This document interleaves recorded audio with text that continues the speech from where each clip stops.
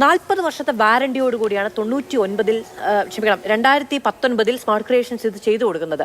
അതുകൊണ്ട് തന്നെ ഇപ്പോൾ ഈ 2025-ൽ ഇത് അറ്റകുറ്റപ്പണിക്ക് പോയപ്പോൾ ഇത് ഫ്രീ ഓഫ് കോസ്റ്റ് ആയിട്ടാണ് ചെയ്തു കൊടുത്തത്. ഇപ്പം ഞാൻ നേരത്തെ പറഞ്ഞു 2.5 പവന്റെ ആവശ്യമാണ് വന്നത്, അതെന്താ ദേവസ്വം ബോർഡിന് ഇല്ലേ എന്നുള്ളത്.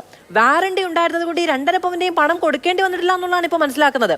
അപ്പോൾ ഈ വാറണ്ടി ഉണ്ടായിരുന്നൊരു കാര്യം ചെയ്തു കൊടുക്കാൻ സ്മാർട്ട് ക്രിയേഷൻസിനെ നേരിട്ട് ഈ പറയുന്ന വിജിലൻസ് ഉദ്യോഗസ്ഥരുടെ ദേവസ്വം വിജിലൻസ് ഉദ്യോഗസ്ഥരുടെയും ദേവസ്വം ഉദ്യോഗസ്ഥരുടെയും അതിന് ഉത്തരവാദിത്തപ്പെട്ടവർ ആരൊക്കെയാണോ അവരുടെ അകമ്പടിയോടുകൂടി ഉത്തരവാദിത്തപൂർവ്വം കൊണ്ടു കൊടുക്കുന്നതിന് പകരം അത് വണ്ടിക്കൂലിക്ക് പൈസ ഇല്ലാണ്ടായിരിക്കുമോ ഇനിയിപ്പോൾ ഉണ്ണികൃഷ്ണൻ പോറ്റിയെ സമീപിച്ചിട്ടുണ്ടാവുക? അല്ല, ഇതിൻ്റെ താല്പര്യം ആർക്കാണെന്ന് ഇപ്പം മനസ്സിലായില്ലേ? തിരുവിതാംകൂർ ദേവസ്വം ബോർഡിനല്ല.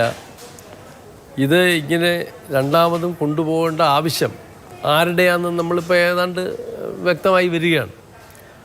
അപ്പോൾ അതുകൊണ്ട് അതിനെപ്പറ്റി നമ്മൾ ചിന്തിച്ചിട്ട് ഒരു കാര്യമില്ല. കാരണം ഇത് അന്ന് ഈ ചെമ്പെന്ന് പറയുമ്പോൾ തന്നെ നമുക്കറിയാം അവിടെ ഇത് കൃഷ്ണശിലയിലായിരുന്നു ആ വിഗ്രഹങ്ങൾ ആദ്യം ഉണ്ടായിരുന്നത്. അപ്പം 999-ൽ അത് ചെമ്പ് പൊതിഞ്ഞ് തന്നെ സ്വർണം അമാൽഗമേറ്റ് ചെയ്യാനാണ്.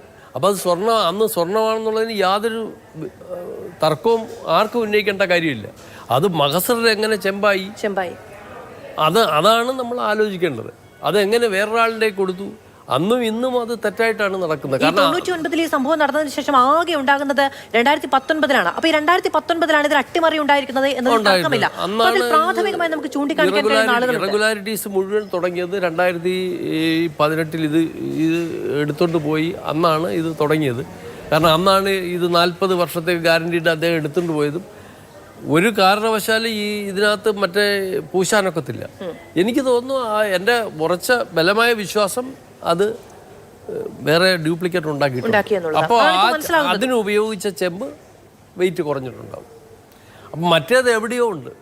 ഇവിടുന്ന് എടുത്തുകൊണ്ട് പോയ പ്രാഥമികമായി എടുത്തുകൊണ്ട് പോയ സാധനം എവിടെയോ സൂക്ഷിച്ചിട്ടുണ്ടാവും. അത് അന്വേഷണത്തിൽ കിട്ടുമെന്നാണ് എനിക്ക് തോന്നുന്നത്.